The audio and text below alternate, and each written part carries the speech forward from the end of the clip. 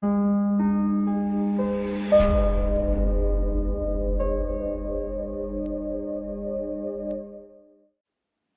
ar-Rahman ar-Rahim. Bonjour tout le monde. Ravi de vous rencontrer encore une fois pour une nouvelle leçon et aujourd'hui avec une séance d'arrêt bilan. Donc on va étudier un résumé ou bien un rappel ou bien une consolidation des différentes leçons que nous avons étudiées depuis le début de l'année jusqu'à aujourd'hui. Donc, comme objectif de la première séance, on va diviser la leçon d'aujourd'hui en deux séances. La première séance, on va essayer de remédier et consolider les acquis. Si vous avez encore des questions à poser, si vous n'avez pas bien compris une leçon ou bien un élément déjà étudié, et on va évaluer les prérequis des élèves. Donc, on passe, bien sûr, pour évaluer et pour remédier aux lacunes, les lacunes, on commence par le premier élément de la compréhension. Un texte et des questions de compréhension. Donc, lisons ensemble ce texte. Ma nouvelle maison. Je viens déménager dans ma nouvelle maison. Elle est plus jolie que celle que j'avais avant. Ma nouvelle maison est blanche avec des volets bleus et des fleurs rouges. J'ai un garage pour ma voiture et pour mon vélo. À l'intérieur de ma maison, il y a un grand salon avec une table et 4 chaises pour accueillir mes amis. Mon chat adore se blottir sur le canapé devant la télévision. La cuisine est la pièce préférée de ma maison. C'est ici que je cuisine des gâteaux et des pâtisseries. Pour aller dans ma chambre, je dois monter un escalier. Elle se situe au bout du couloir, à droite. J'ai décidé de peindre les murs en jaune et d'y installer mon piano. À gauche, c'est ma salle de bain.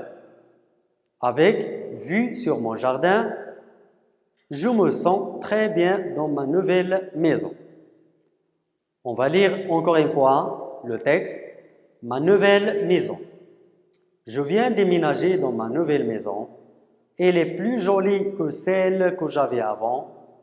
Ma nouvelle maison est blanche avec des volets bleus et des fleurs rouges. J'ai un garage pour ma voiture et pour mon vélo. À l'intérieur de ma maison, il y a un grand salon avec une table et 4 chaises pour accueillir mes amis. Mon chat adore se blottir sur le canapé devant la télévision. La cuisine est la pièce préférée de ma maison. C'est ici que je cuisine des gâteaux et des pâtisseries. Pour aller dans ma chambre, je dois monter un escalier. Elle se situe au bout du couloir, à droite.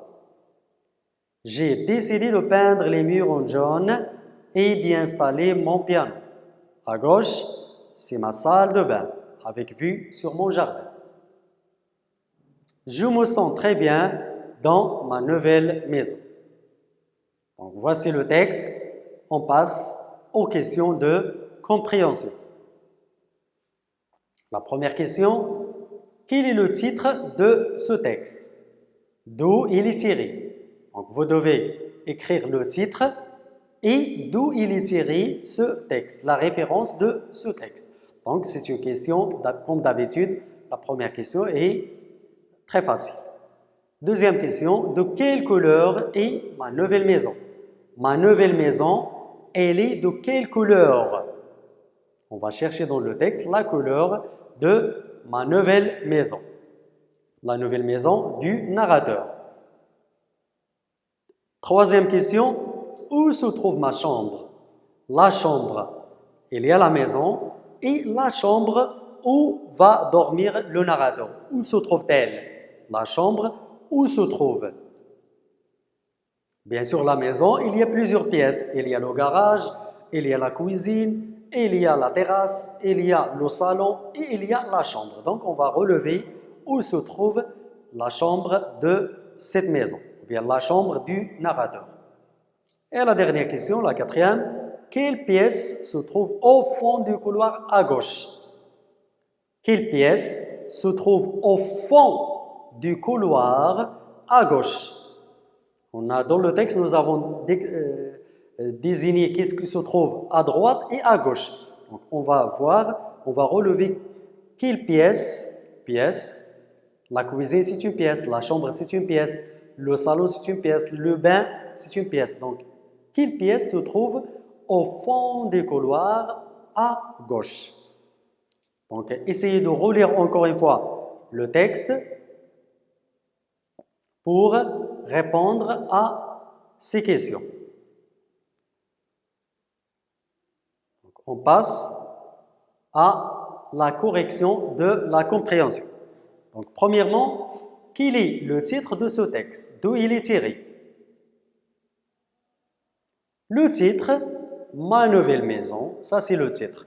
D'où il est tiré? Regardez la référence, il est tiré d'un site internet lingua.com France.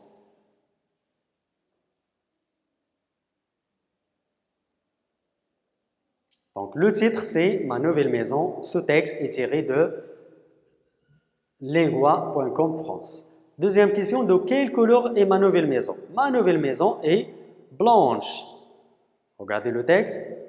Je viens déménager dans ma nouvelle maison. Elle est plus jolie que celle que j'avais avant. Ma nouvelle maison est blanche. Donc la couleur blanche. Troisième question, où se trouve ma chambre?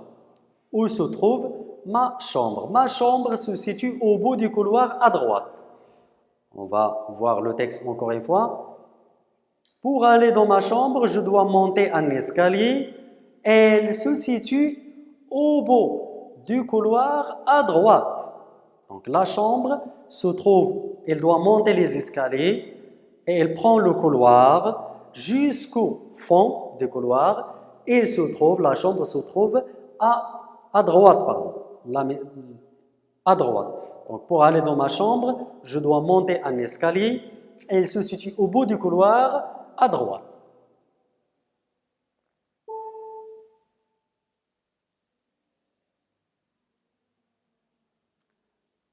On passe à la question suivante. La quatrième question, quelle pièce se trouve au fond du couloir à gauche? Donc, nous avons répondu que la chambre se situe au bout du couloir à droite. Maintenant, à gauche, en face de la chambre, quelle pièce se trouve en face de la chambre du narrateur? À gauche, c'est ma salle de bain. On va vérifier dans le texte. Donc, à droite, c'est la chambre. J'ai décidé de peindre, etc. À gauche, toujours à gauche du couloir, c'est ma salle de bain avec vue sur mon jardin. Donc, c'est la salle de bain qui se situe à gauche au fond du couloir. Donc, voilà la correction des questions de compréhension. Après les questions de compréhension, on passe aux questions de langue. Mais avant de poser les questions de langue, on va faire un petit rappel des leçons étudiées durant les leçons de conjugaison et les leçons de grammaire. Vous avez étudié pour la conjugaison, on a commencé la première leçon de conjugaison de cette année, l'imparfait des verbes du troisième groupe en IR et OIR. Nous avons vu que l'imparfait des verbes du troisième groupe, ou bien l'imparfait en général, il a les mêmes terminaisons pour tous les verbes, pour tous les groupes des verbes. Donc, un petit rappel pour l'imparfait.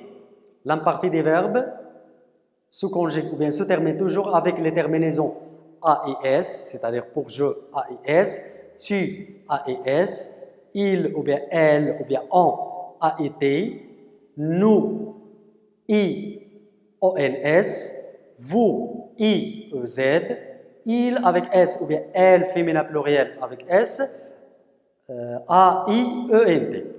Donc, c'est l'imparfait des verbes de troisième groupe. Les verbes avec IR, nous avons étudié spécifiquement les verbes qui se terminent avec IR, comme le verbe partir, ou bien O et R, comme le verbe voir, etc. Recevoir. L'autre leçon de conjugaison, nous avons étudié les verbes pronominaux au présent et au passé composé. Nous avons évoqué, ou bien nous avons précisé durant cette leçon que un verbe pronominal, c'est le verbe qui commence par ce, un pronom personnel complément. C'est un pronom personnel complément, ce. Et bien sûr, il doit changer selon le sujet. Donc pour je, on dit je me, tu te, il se, nous, vous, il se. Et nous avons étudié les verbes pronominaux au présent et au passé composé. Au présent, nous avons étudié des exemples comme le verbe se réveiller. On a dit que le verbe se réveiller au présent, on peut dire je me réveille, tu te réveilles, il se réveille, nous nous réveillons, vous vous réveillez, il se réveille. Et au passé composé, nous avons dit que les verbes pronominaux en général se conjuguent au passé composé avec l'auxiliaire être toujours, et non pas l'auxiliaire avoir. Donc, le passé composé des verbes pronominaux avec l'auxiliaire être en général. Donc, nous avons étudié plusieurs exemples, comme le verbe se promener, comme le verbe s'habiller, comme le verbe se réveiller aussi, etc. Et comme le verbe se réveiller toujours au passé composé, on peut dire par exemple je me suis réveillé. Mais pour le passé composé, bien sûr, le participe passé doit être accordé. C'est-à-dire on doit ajouter E pour le féminin, S pour le pluriel et ES pour le féminin pluriel. Donc je me suis réveillé pour le féminin. Par exemple, une femme qui parle bien une fille, il va dire je me suis réveillé au accent E. On doit accorder parce que c'est le féminin qui parle. Tu t'es réveillé, elle s'est réveillée, tu t'es, T apostrophe ES, elle s'est réveillée, S apostrophe EST. Nous nous sommes réveillés avec S à la fin, ou bien ES à la fin pour le féminin pluriel. Vous vous êtes réveillés, elles se sont réveillées. Et nous avons vu aussi pour les verbes pronominaux que lorsqu'il est suivi par un COD, par un complément d'objet direct, on ne doit pas accorder. Par exemple, l'exemple de « elle s'est lavée ». Ahmed s'est lavé. Au passé composé. Ahmed s'est lavé. Fatima s'est lavée. S'est lavée avec E accent. Donc ici, on doit accorder. Fatima s'est lavée. Maman s'est lavée. Laver avec E accent, E à la fin. On doit accorder. Mais si le verbe est suivi par un complément d'objet direct, un COD, dans ce cas-là, il ne faut pas accorder. L'exemple, Fatima s'est lavé la tête. Fatima s'est lavé les mains. Donc, c'est laver avec E accent seulement. On ne doit pas accorder. Pourquoi? Parce qu'il est suivi par un COD. Fatima s'est lavé la tête. La tête, c'est un COD. Donc, on ne doit pas accorder le participe passé laver au accent seulement. Les verbes en CER, JER, ETER et ELER. Au présent, bien sûr, nous avons étudié ces verbes au présent. Nous avons vu que pour les verbes avec CER, comme le verbe commencer, il faut ajouter un CCD pour la première personne du pluriel.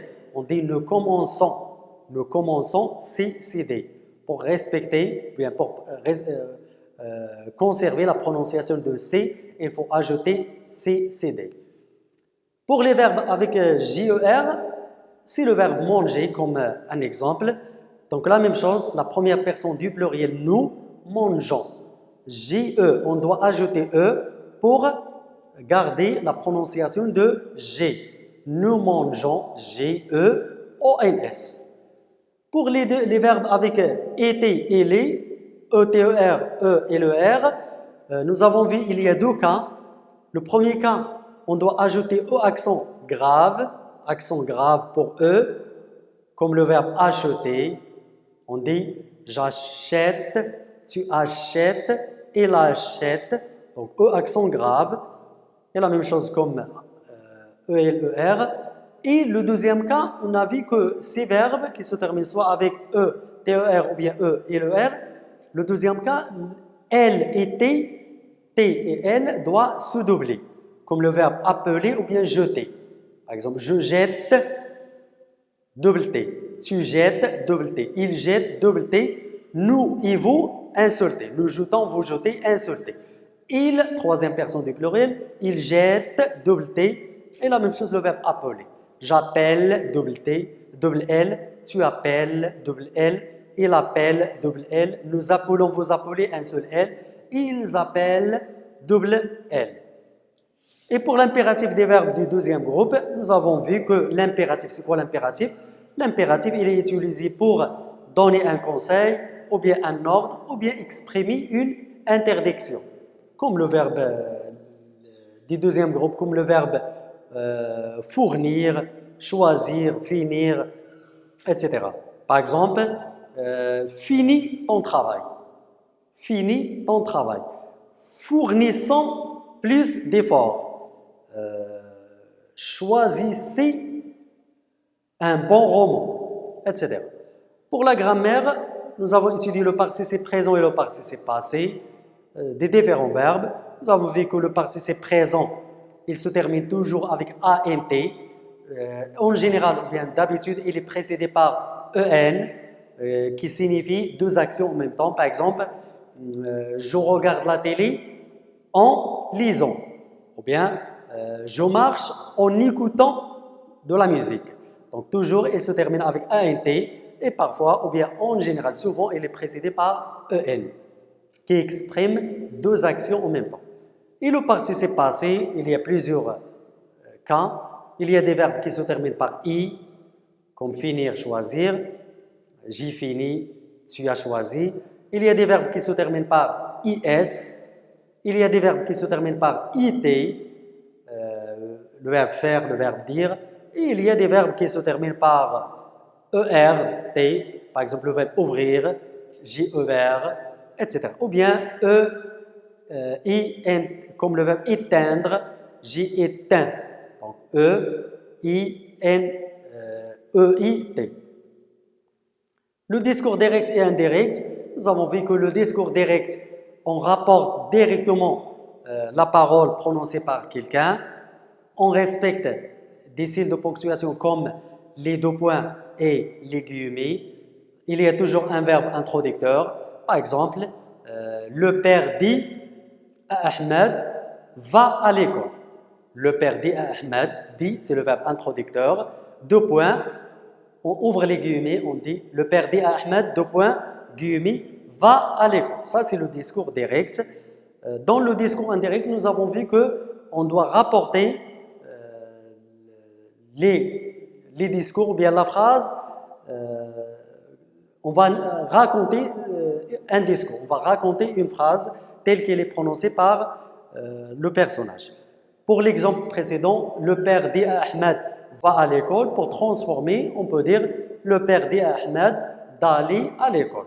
On supprime les deux points et on supprime les guillemets et l'impératif devient de plus l'infinitif. De aller, d'aller à l'école. Et nous avons terminé la dernière leçon de grammaire, c'est la leçon de coordination. C'est le fait de relier deux éléments soit par les conjonctions de coordination, soit par des adverbes de liaison. Les conjonctions de coordination, au nombre de 7, nous avons vu qu'il y a 7 conjonctions de coordination, mais, au, et, donc, or, ni et car. Ils sont très connus par la formule ou bien l'expression très célèbre mais, ou et donc, or, ni car. Mais, ou et donc, or, ni car. Et pour les adverbes de liaison, on peut trouver puis, on peut trouver souvent, pourtant, alors, etc. Donc, c'est le résumé des leçons de langue étudiées durant cette année. Donc maintenant, on passe aux questions de langue.